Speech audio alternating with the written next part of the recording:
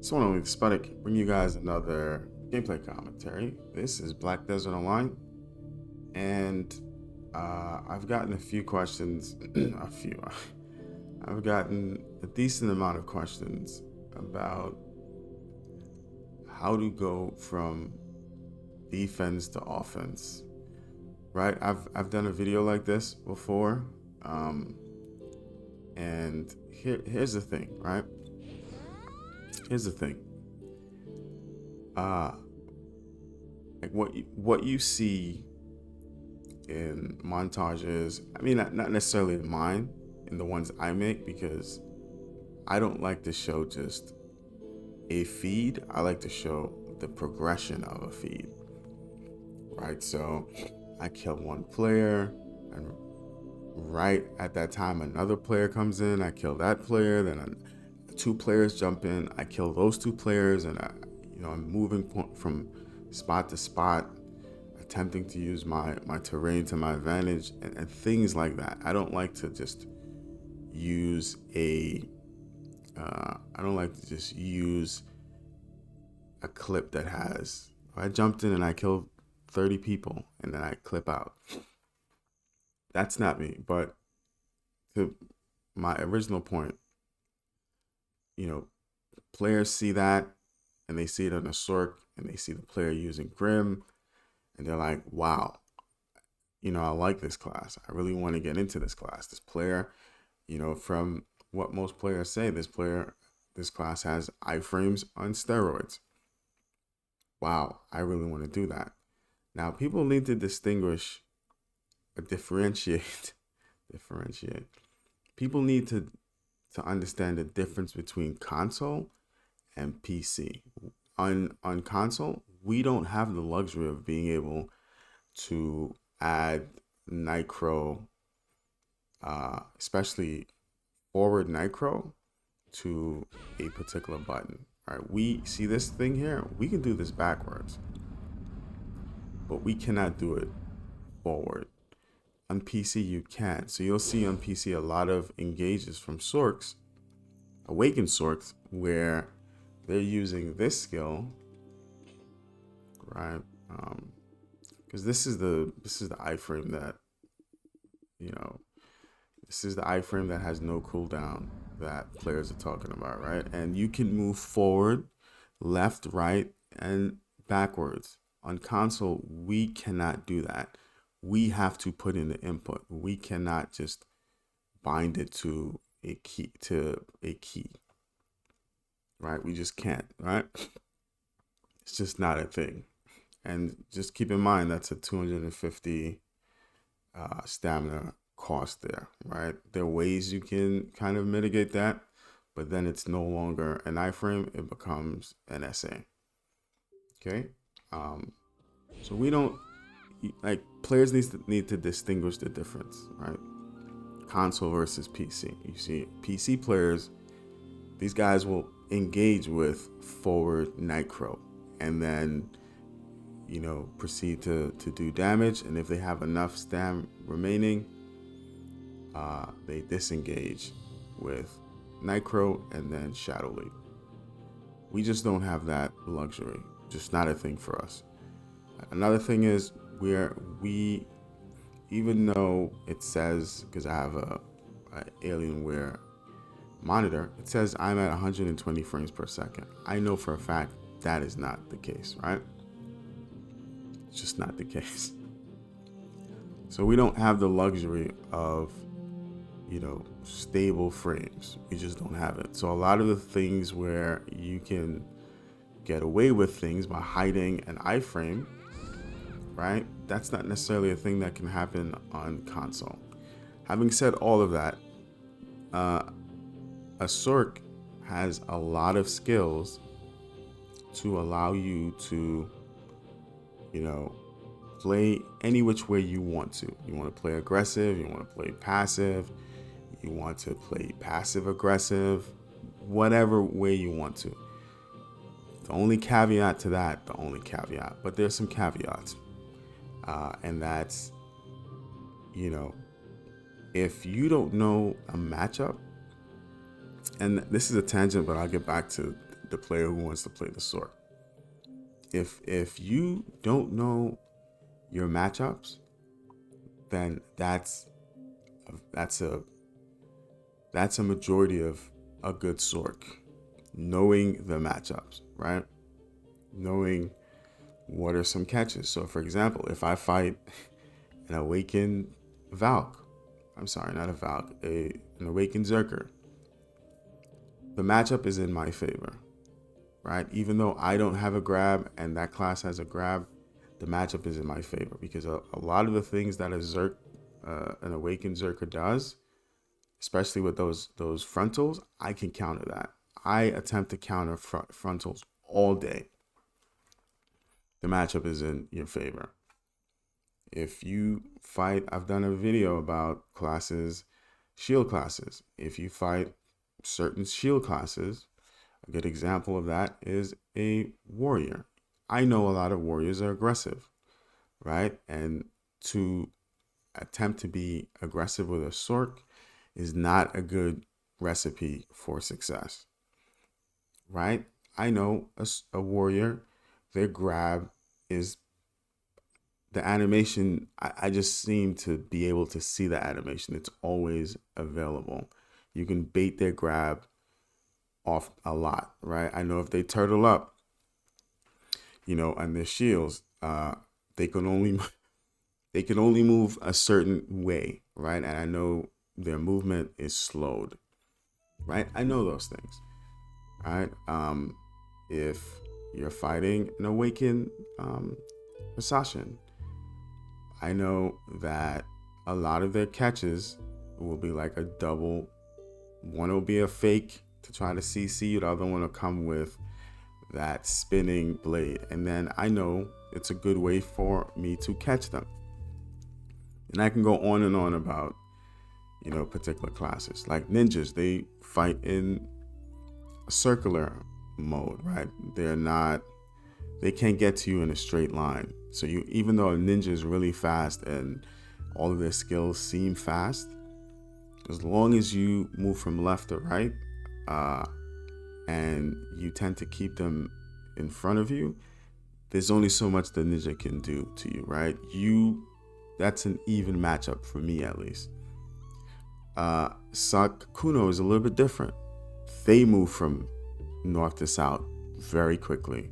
So what you want to do is try to bait that and move left to right, right? You have a bunch of catches that you can get them with. Once they try to do block jump, they get caught in an animation, and then you can counter that. Now, a bunch of solid ninjas and kunos know that, and they will bait you. Instead of block jumping towards you, they'll block jump away. So these are just a few things that you have to keep in mind. Musa, Awakened Musa, they want to SA trade you. And a lot of them, when they step back and they get ready to use that frontal, you can punish them. As long as you are within range, you can punish them, right?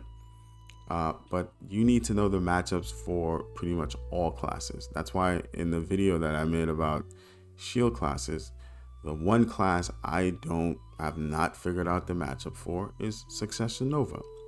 It's just, I've tried, I just can't figure it out, right? I'm still working on it. And that's a really major part of the Sork's game, right? That was a long tangent. So let's get back to it, right? So you want to be able to move from defense to offense, right? And that's the difficulty. You've heard about Crow, and you know that it's an iframe, but then you have to move from that to that Awakened, and you want to know what skills that can get you there, and a whole bunch of things, because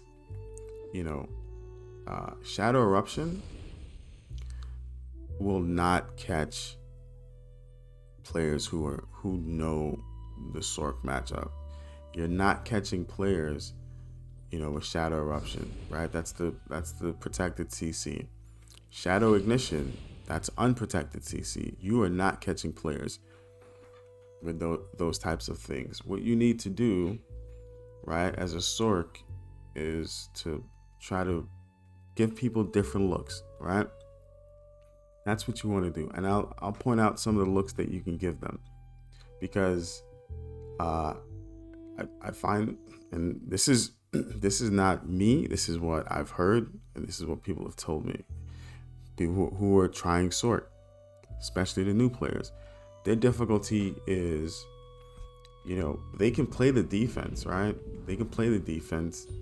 They can, they can do a lot of those things to try to keep themselves from dying, but they're on a time clock, because if you're constantly playing defense, guess what? You're not doing playing offense, and then you're a class that's reliant on stamina, and therein lies the issue with a lot of players and playing an awakened sorceress.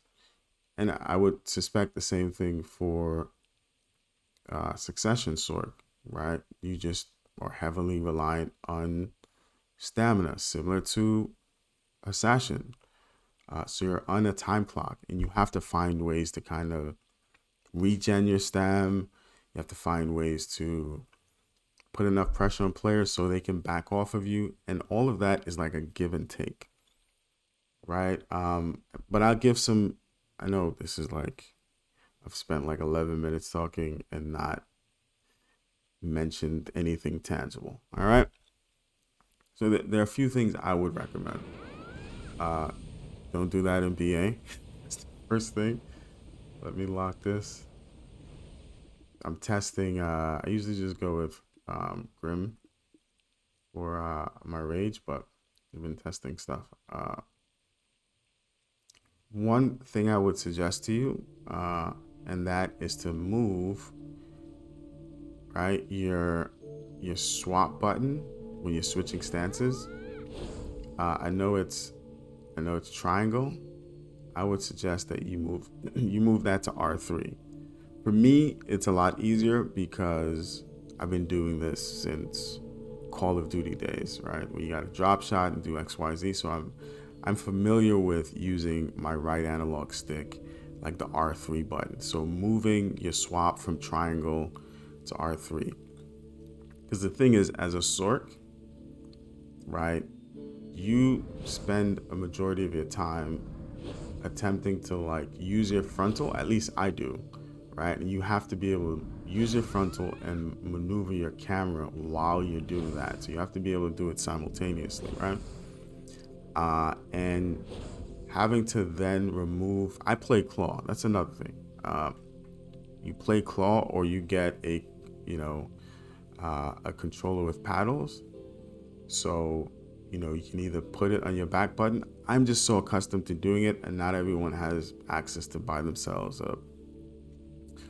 an Edge controller, right, on the PlayStation or whatever the equivalent is on the Xbox, right? So what I would suggest is to change this from triangle to R3. I wouldn't do it in game. I would do it out of game, right? And there are options there. So if you go into your settings, you go to accessibility, and you go to controllers, right? You have an option to assign, customize your buttons. So as you can see here, I've customized my buttons, right? So I've made, instead of triangle being the swap or whatever the equivalent is for Xbox, I've switched it to my R3, right? And I've made a few other changes, right? So my L3 and my R3 are my directional pad, and my directional pad for left is on my L3, right? So I've mapped my buttons that way.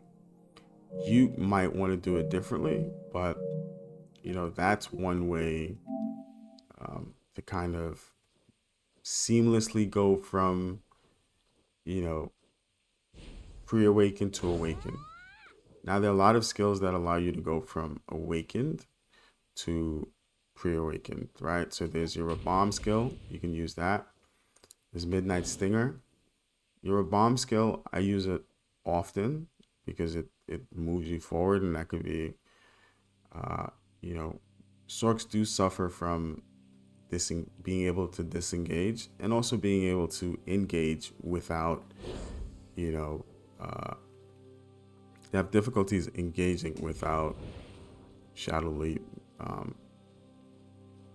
being up, right? So you can use this. You can use this for bomb to get from awakened to pre-awakened. That's one. You can use Midnight Stinger, so you can be in pre-awaken. You can be in awakened and use Midnight Stinger. Keep in mind this is unprotected, right? But if you do it really quickly, a lot of players just don't know what it is.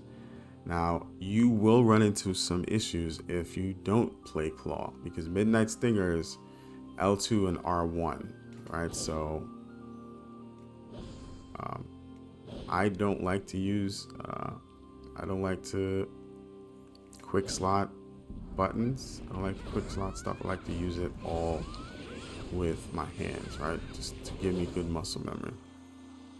All right, so that's one way you can go from pre-awakened to awakened, right? Swapping it to R3 to give you some semblance of attempting to play offense, right? Another thing is, aside from knowing the matchups, you also have to know your distance, right? I find a lot of players and they're like, wow, your reactions are really solid. You're fast. I can't believe this. And I'll give up the secret, right? A lot of my reactions are based on my positions, right? So if a player is in front of me, right? The fastest way to get to 2 points is a straight line. So if a player is in front of me, now the reaction is based on who has a faster reaction. That's one, right? On the surface, that's what it is. But behind the surface, right, when you delve deeper, has a lot to do with connection, right? Who has better connection? What's your ping? Even though we don't have a way to this game doesn't give you that option to, it doesn't display your ping, right? Who has, who has a faster class? Like, all of those things play into part, right? Play the part on who gets caught. Now, I wouldn't, and I've always said this, you never really want to stand in front of a player. And the great thing about this class is that it allows you to not have to do that. A Sork is one of the only classes in this game that a lot of their catches, even though you have a bunch of classes that just fish for CCs, a Sork is one of the only classes, there are a few other classes, where you have to know when that CC is hit, right? You have to know, and then to immediately follow it up. It's not like a random, like a occurrence. You need to know that, right? And to, add to what I'm mentioning, what I was stating, you really don't want to stand in front of players. Rarely do you want to do that, unless you are attempting to bait them or you're trying to get Nightmare on them. And even then, you don't necessarily have to get Nightmare that way. A Sork is a class that requires you to target players, right? This game does not have tap target. If it did, I think archers would be godly, and a lot of range classes would just decimate everything, especially if it's large scale. So it's not a matter of my reaction, it's a matter of my placement. So if a player has to get here and I'm not facing them and they're like, wow, you reacted. No, I didn't. All I did was I put myself in a situation where it gives me enough time to react to you. So if I know that, you're prone to move left all the time, I'm going to try to move right and still try to inflict damage on you, right? If I know that in order for you to get to me as a grab class to grab me, you have to take a step, to your, if I'm facing the player has to take a step to my right, then move forward. And I have a few options, right? I can move left, right? I can move right, and I can move back. Rarely do you see me move like left, right? I don't do that because that can lead you into a bunch of other things, and players can anticipate that as well. I tend to move far right and then try to catch the turn back, or I tend to move backwards and try to catch the turn back. So even if I don't get it, I'm still at a place where it's a lot easier for me because this player is coming this way to catch me, and then they have to move this way. They're coming this way to catch me, and then they have to move this way. And then at that time, I'm probably over here, or I'm probably in a different section, right? So like your positioning is very important, and you have to keep that in mind, right? You want to position yourself in places that will give you the optimal chances to catch a player. Other thing is, right, you need to understand that a majority of your catches do not come from, at least for me, right? They don't come from Shadow Eruption. They come from Turnback Slash. They come from Grim, right? They come from playing the blade game, right? Where you launch the blade, get them into an animation, right? And then you hit them with you hit them with Grim. And a lot of players see Grim and they're like, wow, this skill does so much damage, right? If you are not my gear score, right, and you're not chip damage is not something that you do, and you're just looking for a catch, if your Grim is not available, right, you are most likely not going to kill that player, right? You most likely won't kill that player. So you have to find ways to pressure and chip damage players, right? So sometimes, I'll throw a Doom and Shadow Leap into Violation. That's another way to catch players. But those are all skills that are unprotected, and therein lies, the issue a lot of players run into. This class has a lot of unprotected skills, right? And you need to be able to, make sure your positioning is a certain way and your distance is a certain way, right? To be able to play that game. I personally think a Sorc can play melee range, the mid game, and the range game, right? But I think a Sorc is very effective at mid game. I think a Sorc is more effective at melee range compared to range situations, right? That's me, right? You see a lot of Sorcs and they tend to telegraph what they're doing. They'll launch Doom and then immediately jump into Shadow Leap and then do it that way. I don't necessarily think that's the thing, right? I like to cast blades. I like to play the blades game. Maybe I'll launch this, and then push up. Stomach just bubbled there, man.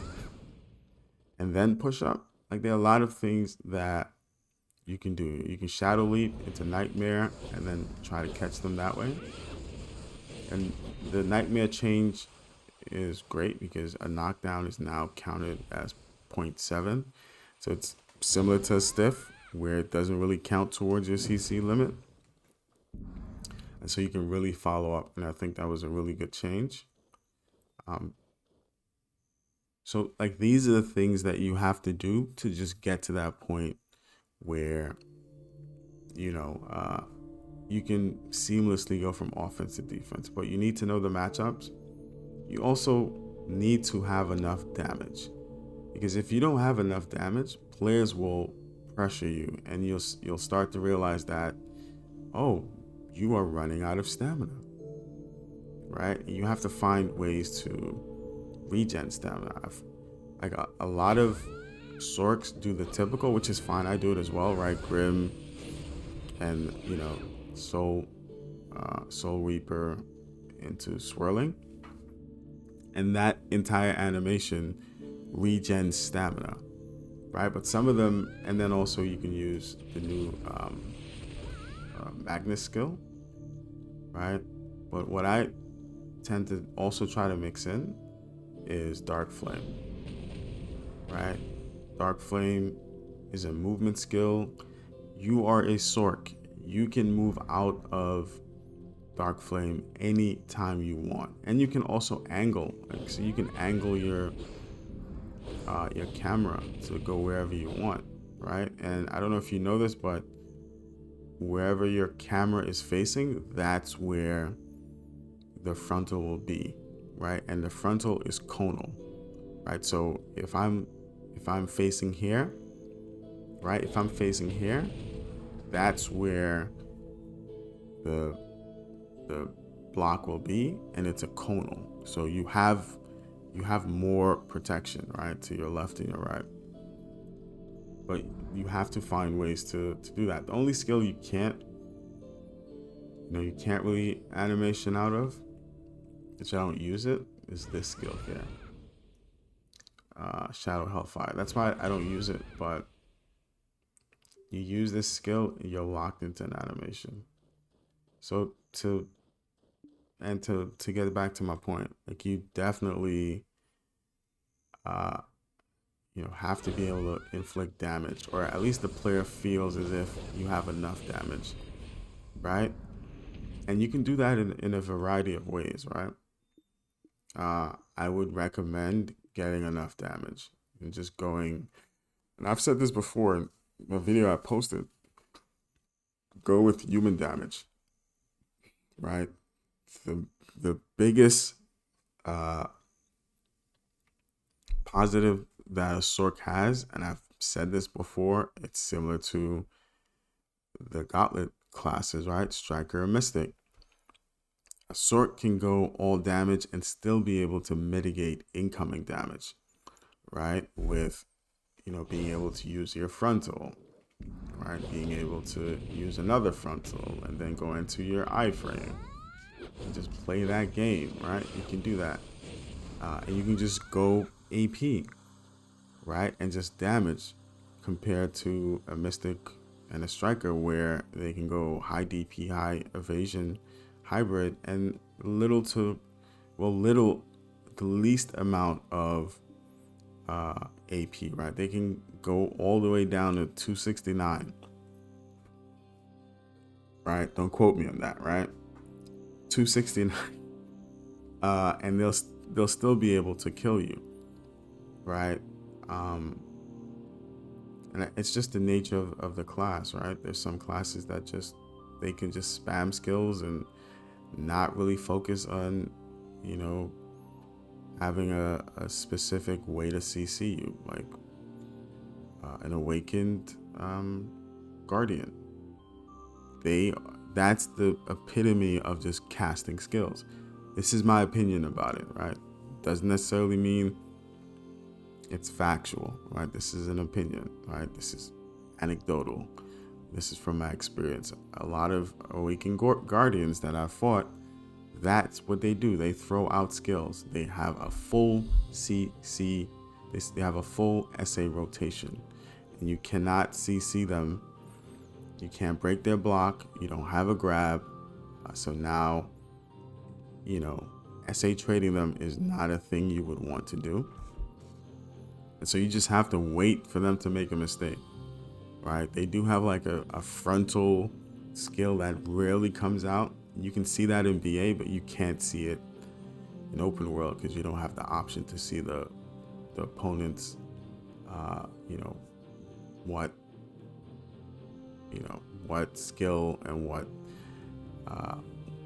like what they have attached to that skill. Is it an SA? Is it a frontal? Is it an iframe, etc.? So you don't have the luxury of doing that. So it's, you know, you have to play a passive game, and you could be aggressive at the same time, right? Passive aggressive. So, right.